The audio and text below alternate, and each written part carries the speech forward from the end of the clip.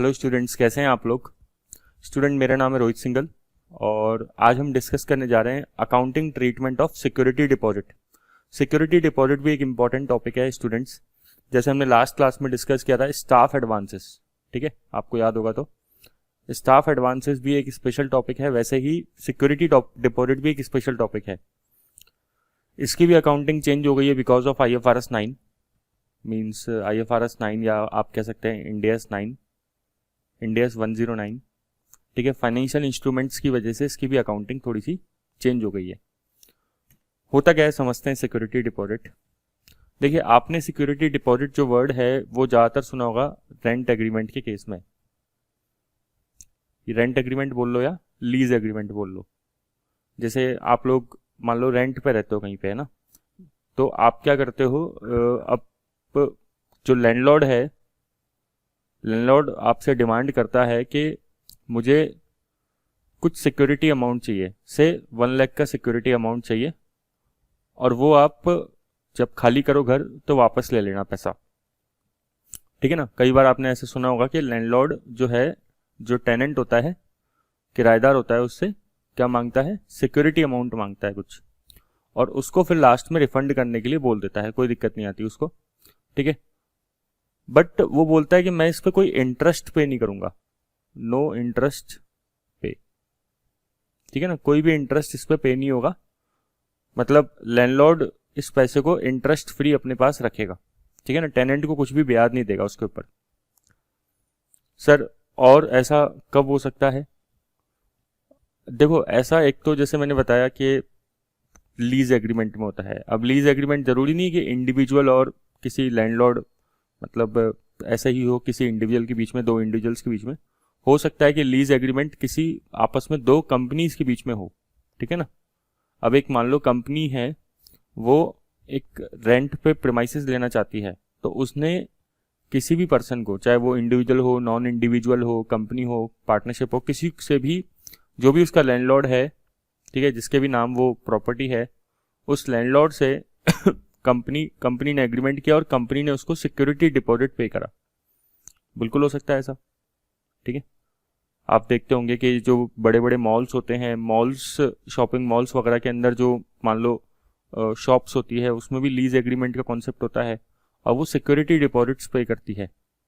तो उसमें भी आप देखना कि लैंडलॉर्ड जो है सिक्योरिटी डिपॉजिट पे कोई भी इंटरेस्ट पे नहीं करता जनरली, या इंटरेस्ट अगर पे भी होगा तो मार्केट रेट से बहुत कम होगा। लाइक मार्केट इंटरेस्ट रेट अगर 10% चल रही है, तो हो सकता है लैंडलॉर्ड केवल कंपनी को 2% इंटरेस्ट पे करे। कंपनी कौन है यहाँ पे, टेनेंट है, ठीक है। क्या सर केवल लीज मतलब रेंट एग्रीमेंट के केस में ही देखने को मिलता है क्या, लीज या रेंट के केस में सिक्योरिटी डिपॉजिट? नहीं, इसके अलावा भी कहीं और भी हो सकता है।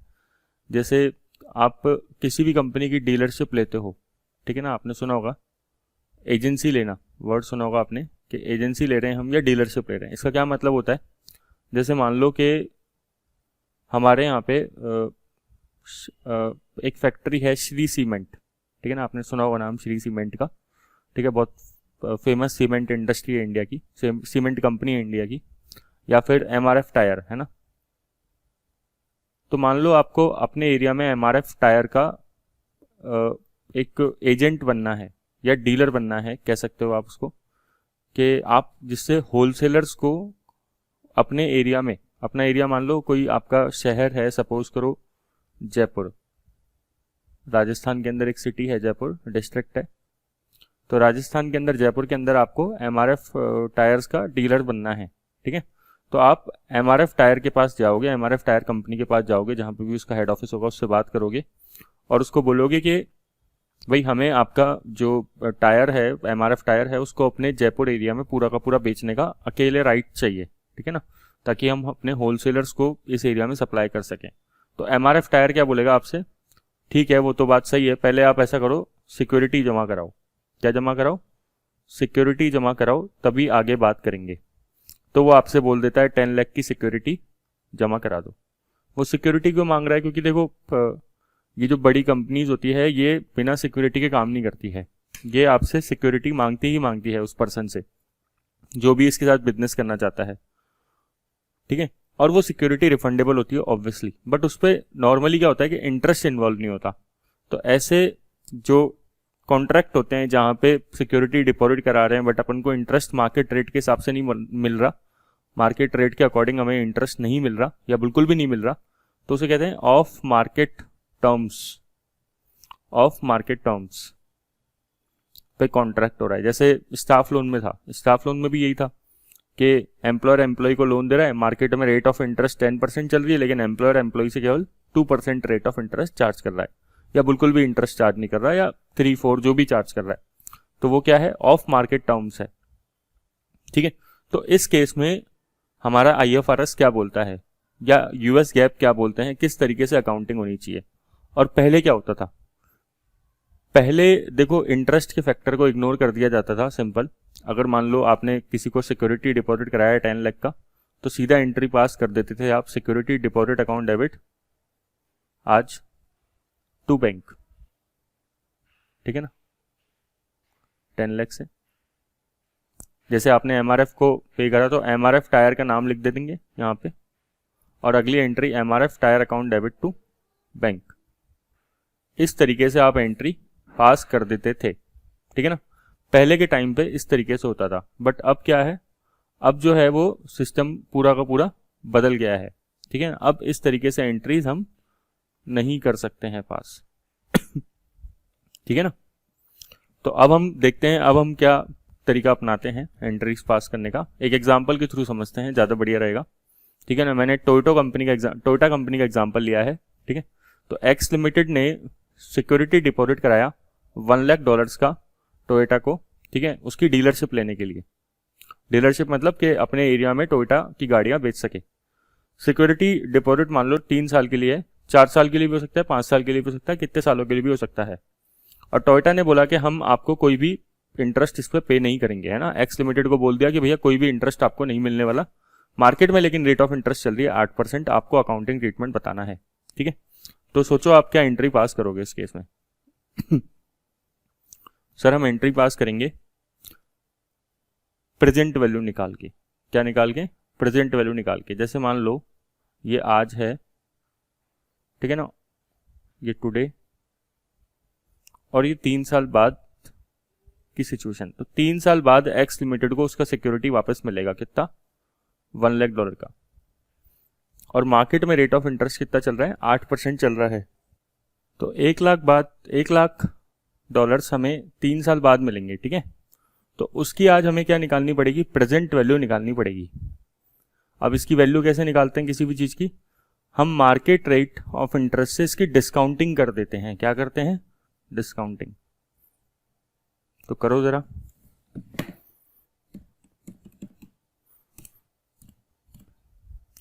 तो आएगा 1 लाख इंटू 0.794। मीन्स मैंने क्या किया, 1 डिवाइडेड बाय 1.08 का 3 सालों का पी फैक्टर निकाल लिया, इक्वल्स टू करके। ठीक है, आप करके देख लो, ये आएगा 0.794। तो 1 लाख इंटू 0.794 होता है 79,400। एग्जैक्ट लिखने का जरूरत नहीं है, केवल 3 डिजिट में लिख दे करो। इसे कहते हैं डिस्काउंटिंग करना। क्लियर क्या? इसमें आपका थोड़ा सा पीवी का कॉन्सेप्ट क्लियर होना चाहिए। आजकल अकाउंट्स में हर जगह पे प्रेजेंट वैल्यू आने लग गया है। तो अब हम सिक्योरिटी डिपॉजिट की जो वैल्यू मानेंगे वो कितनी मानेंगे? 79,400 मानेंगे। मीन्स अब हम एंट्री जब पास करेंगे तो बोलेंगे सिक्योरिटी डिपॉजिट जो है उसकी जो वैल्यू है वो होगी 79,400। अगर आप सोचो तो 3 साल बाद कोई 1 लाख मिलेगा तो 1 लाख तो उसकी वैल्यू भी नहीं रहेगी, 1 लाख से कम हो जाएगी वैल्यू, या 1 लाख से ज़्यादा हो जाएगी। भाई आज के 1 लाख और 3 साल बाद के 1 लाख में डिफरेंस होता है। आज के 1 लाख की वैल्यू ज़्यादा होगी, 3 साल बाद के 1 लाख की वैल्यू कम होगी। तो इसलिए हमने बोला कि 3 साल बाद के 1 लाख की वैल्यू आज 79,400 एक तरीके से। ठीक है, ये सिक्योरिटी डिपॉजिट की वैल्यू है। बाकी जो हमने एक्सेस पे करा, मतलब हमने तो टोटल 1 लाख पे कर दिया है, बट उसकी वैल्यू कितनी है? 79,400। तो जो हमने एक्सेस पे करा है उसको हम बोलेंगे प्रीपेड सिक्योरिटी डिपॉजिट। क्या नाम बोलेंगे उसका? Prepaid security deposit. इसको ट्रेडिशनल प्रीपेड से कंफ्यूज करने की ज़रूरत नहीं है आपको कि जैसे प्रीपेड एक्सपेंस होता था ना, ये वो नहीं है, ध्यान रखना कि आप बोलें सर ये करंट असेट्स है, प्रीपेड एक्सपेंस है, ऐसा कुछ भी नहीं है। To bank, to bank. अच्छा, बैंक में कितना आएगा? बैंक में तो $1 लाख आ जाएगा, और ये जो बीच का डिफरेंस है 1 लाख माइनस 79,400, 20,600 आ जाएगा यहाँ पे प्रीपेड सिक्योरिटी। सर इसका क्या करेंगे प्रीपेड सिक्योरिटी का? इसको हम जितना भी ड्यूरेशन है डिपॉजिट का, जैसे यहाँ पे 3 साल ड्यूरेशन है, तो इसको 3 सालों में राइट ऑफ करेंगे। इक्वल राइट ऑफ करना पड़ेगा। कैसे राइट ऑफ करना पड़ेगा? इक्वल राइट ऑफ करना पड़ेगा 3 सालों के अंदर, ठीक है। अच्छा सर करके दिखाएंगे क्या? हाँ देख लेते हैं करके। अब 2 लेजर अकाउंट बना लेते हैं, एक तो सिक्योरिटी डिपॉजिट अकाउंट बना लेते हैं, सिक्योरिटी डिपॉजिट अकाउंट बना लेते हैं, ठीक है। अकाउंट हमेशा टी शेप में बनता है। और दूसरा बना लेते हैं prepaid security deposit, prepaid security deposit.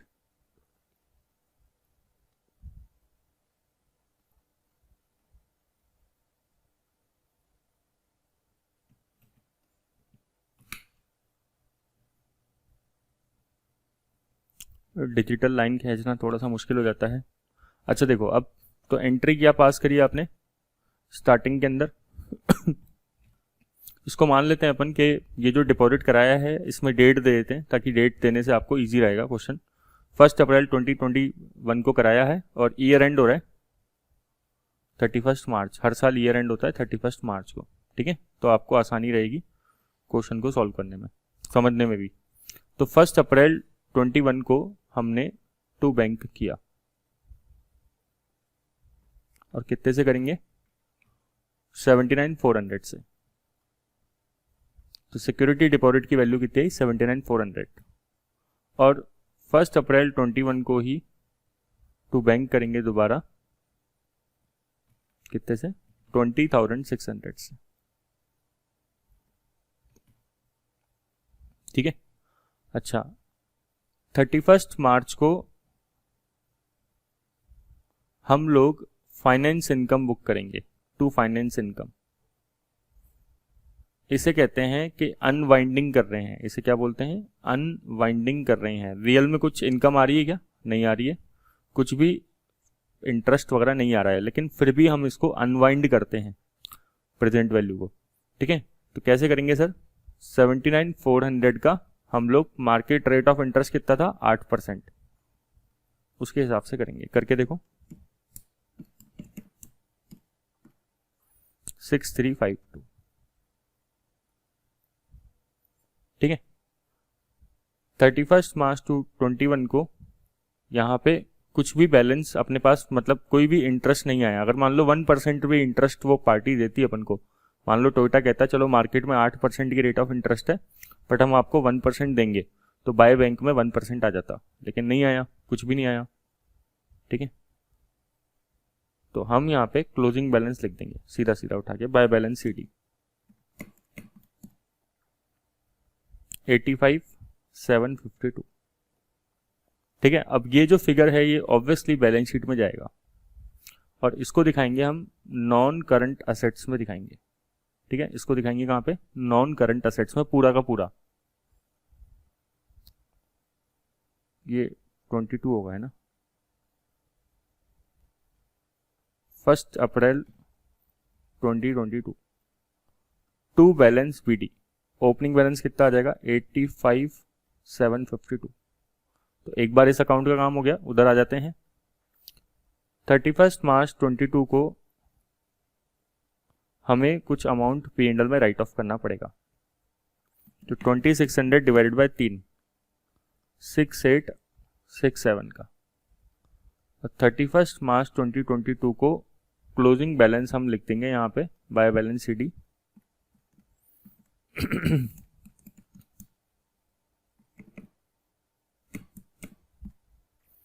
13,733, ठीक है। 1 अप्रैल 22 को मतलब 2022 को टू बैलेंस BD कितना? 13,733। ये सारे क्या है, नए नए टॉपिक्स है, इमर्जिंग टॉपिक्स है, तो इनके ऊपर जानकारी बहुत कम है लोगों को। तो अगर आप अपने ऑफिस में सिक्योरिटी डिपॉजिट की अकाउंटिंग कर रहे हो और आप इस तरीके से नहीं कर रहे, तो अभी आप क्या कर रहे हो, थोड़ा सा इनकरेक्ट कर रहे हो उसको, है ना। तो आप अपने यहाँ पे उसको ठीक कर सकते हो, अकाउंटिंग को, ज़्यादा बेटर रहेगा। और क्यों ना आप ही लीडरशिप लेके उसको ठीक करो, तो अपने लिए अच्छा भी रहेगा। ठीक है, तो टू फाइनेंस इनकम, इससे शो होगा कि भाई आप बहुत ज़्यादा अपडेटेड हो। 85,752 का 8%। फिर यहाँ पे हम अनवाइंडिंग करेंगे। मींस अब क्या हो रहा है अकाउंट्स के अंदर कि एफएम का जो प्रेजेंट वैल्यू कॉन्सेप्ट है ना, फाइनेंशियल मैनेजमेंट का प्रेजेंट वैल्यू का कॉन्सेप्ट, वो पूरी तरीके से इन्वॉल्व कर दिया अकाउंट्स में, हर जगह पे। यही चीज लीज में भी होती है, लीज में भी इसी तरीके से कर रखा है, अगर आप लीज की अकाउंटिंग पढ़ोगे तो बाय बैलेंस सीडी आ गया। ठीक है, इसको हम 1 अप्रैल 23 को टू बैलेंस बीडी कर देते हैं। 23 को टू बैलेंस बीडी 92,612।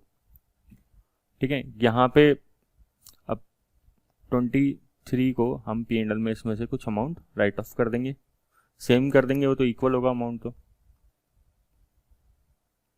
ठीक है, अब वैसे तो क्या है, थोड़ा सा मतलब बैलेंस बचना नहीं चाहिए, लेकिन थोड़ा बहुत बच जाता है राउंड ऑफ की वजह से, 1 या 2 का डिफरेंस आता है नॉर्मली, तो उससे कोई घबराने की जरूरत नहीं है। 6867 तो आ गया 6866। 1 अप्रैल 23 को टू बैलेंस बीडी 6866। ये तरीका आपको स्टार्टिंग में ऐसा लगेगा ये क्या हो रहा है, बट आप जब सेकंड बार इसको वीडियो को देखोगे, अगर देखते हो तो आपको लगेगा चलो ठीक है, अब यही करना है अब तो, है ना। पहले तो मतलब स्टार्टिंग में माइंड एक्सेप्ट नहीं करता ये क्या हो रहा है, फिर अब जब आप सेकंड टाइम इसको पढ़ोगे तो आपको लगेगा हाँ ठीक है यार, अब तो यही करना है, अब क्या करें, अब सही है सब कुछ। तो पहली बार झटका लगेगा, उसके बाद सब कुछ ठीक हो जाएगा। 31 मार्च 24 तो टू फाइनेंस इनकम,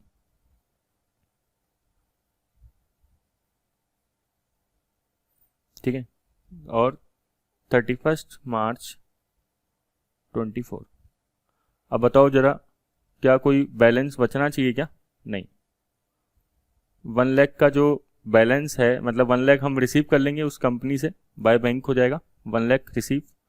तो फाइनेंस इनकम में आप इधर से इधर तक का डिफरेंस ले लो, ज़्यादा बढ़िया रहेगा। अगर आप देखो डिफरेंस लो, 1 लाख माइनस करो 92,612 से, क्योंकि 3 साल का ही क्वेश्चन है ना, तो 7388 आया। अब आप अगर इसका 8% करते, 92,612 का 8% करते तो 7409 आता, तो राउंड ऑफ की वजह से डिफरेंस आएगा। तो बेटर है कि अपन खाते को बंद करने के लिए प्रॉपरली जो भी पूरा बैलेंस है लास्ट ईयर में फाइनेंस इनकम में डाल दें, कुछ भी बैलेंस मतलब बाकी नहीं छोड़ना, ठीक है ना, ऑब्वियसली। और यहाँ पे 31 मार्च 2024 को बाय P&L पूरा का पूरा अमाउंट चला जाएगा। ठीक है क्या? अगर आप इस क्वेश्चन में देखोगे बैलेंस शीट बना के, सपोज करो आपने बैलेंस शीट बनाने की कोशिश करी, ठीक है, तो बैलेंस शीट में क्या आएगा, कहाँ कहाँ पे, ये जो क्लोजिंग बैलेंस है 85,752 का, ये कहाँ पे जाएगा, नॉन करंट असेट्स में जाएगा, फाइनेंशियल असेट्स के नाम से। क्या बोलते हैं इसको? फाइनेंशियल असेट्स बोला जाता है 85,752। ठीक है, ये बैलेंस शीट मैं किस तारीख की बना रहा हूँ, 31 मार्च 2022 की, 31 मार्च 2022 की। ठीक है, ऐसे ही नॉन करंट असेट्स में अदर असेट्स करके एक और बैलेंस आएगा, कौन सा, ये वाला, प्रीपेड। अब ऐसा मत कहना कि सर प्रीपेड को तो हम करंट असेट्स बोलते हैं, ये वो प्रीपेड नहीं है, प्रीपेड एक्सपेंस नहीं है ये, ठीक है ना, कोई 13,733। ऐसे करके आप बैलेंस शीट बनाओगे, फिर नेक्स्ट ईयर में भी इसी तरीके से बन जाएगी। 31 मार्च 23 को कैसे, नॉन करंट असेट्स कितने की लिख दोगे, नॉन करंट असेट्स में फाइनेंशियल असेट्स लिख देना। ये बैलेंस शीट का मैं एब्स्ट्रैक्ट बना के दिखा रहा हूं, पूरी बैलेंस शीट तो ऑब्वियसली नहीं बन सकती। 92,612 और नॉन करंट असेट्स में अदर असेट्स करके क्या लिख देंगे अपन, ये जो बैलेंस है वो 6866। ठीक है, ये बैलेंस शीट बन गई आपकी। सर पी एंड एल कैसे बनेगा? पी एंड एल भी बन जाएगा। अब मान लो आप पी एंड एल बनाना चाहते हो 31 मार्च 2022 का, पहले साल का मतलब। इनकम में क्या दिखाओगे बताओ? इनकम में फाइनेंस इनकम दिखा दोगे?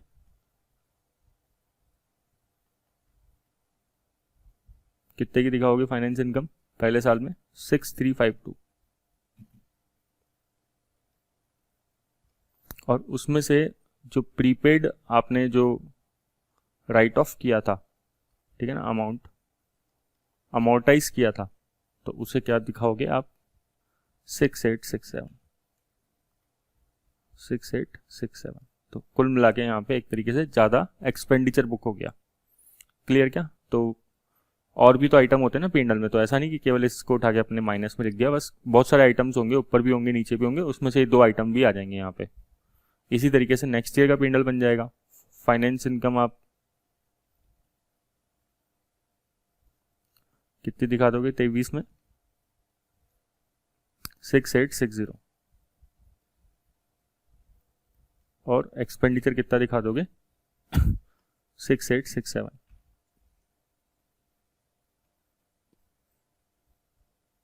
और लास्ट ईयर में भी पी&एल बन जाएगा 24 में 7388 की इनकम आपने दिखा दी और 6866 का आपने एक्सपेंडिचर दिखा दिया। ठीक है ना? तो इस तरीके से आपका पी&एल बनेगा। तो हमने देखा ये जो चीज़ें चल रही है ये अब क्या है, अकाउंट्स और एफएम के साथ मिक्स है चीज़ें। तो अगर आपकी अकाउंटिंग और फाइनेंशियल मैनेजमेंट बहुत स्ट्रांग है, अच्छा है, ठीक है, तो आपको ये आसानी से समझ में आएगा बढ़िया तरीके से। और लेकिन करना अब यही है ऑफिस में आपको। अगर आप जॉब में पुराना तरीका भी फॉलो कर रहे हो तो आप गलत कर रहे हो। तो पहले क्या होता था, पहले जैसे मैंने बताया केवल एक सिक्योरिटी डिपॉजिट अकाउंट बना लेते थे, ठीक है, और सिक्योरिटी डिपॉजिट में टू बैंक लिख दिया और 1 लाख का, और वही बैलेंस हम हमेशा कैरी फॉरवर्ड करते थे। जैसे बाय बैलेंस सीडी, तो यही बैलेंस आ जाता था 1 लाख का, ठीक है। फिर अगले साल वापस से to balance BD, next year में सेकेंड ईयर में 1 लाख का, फिर by balance CD again 1 lakh, और टू बैलेंस बीडी वापस से 1 लाख का, ठीक है ना। और ये लास्ट में बाय बैंक। तो पहले ये तरीका फॉलो होता था, बट अब क्या है, इसको आप भूल जाओ तरीके को, ठीक है। तो हमने ये तरीका क्यों फॉलो किया अभी जो हमने लेटेस्ट किया? पहली बात तो ये IFRS 9 में लिखा है, फाइनेंशियल इंस्ट्रूमेंट्स नाम से जो IFRS है उसमें यही चीज़ लिखी है। इंडिया 109 में भी आप देख सकते हो, यही मिल जाएगा आपको 109 में। सेकेंड थिंग, US गैप भी आप यही बोलते हैं, ठीक है। नेक्स्ट चीज़ क्या है इंपॉर्टेंट, कि ये समझने वाली बात है, ऑफ मार्केट टर्म्स पे कॉन्ट्रैक्ट हुआ है। ऑफ मार्केट टर्म्स मतलब कि मार्केट में रेट ऑफ इंटरेस्ट 8% है, लेकिन आपको कोई भी इंटरेस्ट नहीं मिल रहा है या मार्केट से कम इंटरेस्ट मिल रहा है, तो इस केस में ऐसा करते हैं। और ये जो अकाउंटिंग कर रहे हैं एक तरीके से अमोर्टाइज कॉस्ट वाली अकाउंटिंग हो रही है, अगर आप समझ पा रहे हो तो, ठीक है ना। अकाउंटिंग क्या हो रही है, अमोर्टाइज कॉस्ट वाली। जितने भी लोन्स हैं, ठीक है ना, उन सब की अकाउंटिंग मेनली अब अमोर्टाइज कॉस्ट के तरीके से होने लग गई, चाहे आपने लोन लिया है चाहे दिया है, ठीक है। Thank you.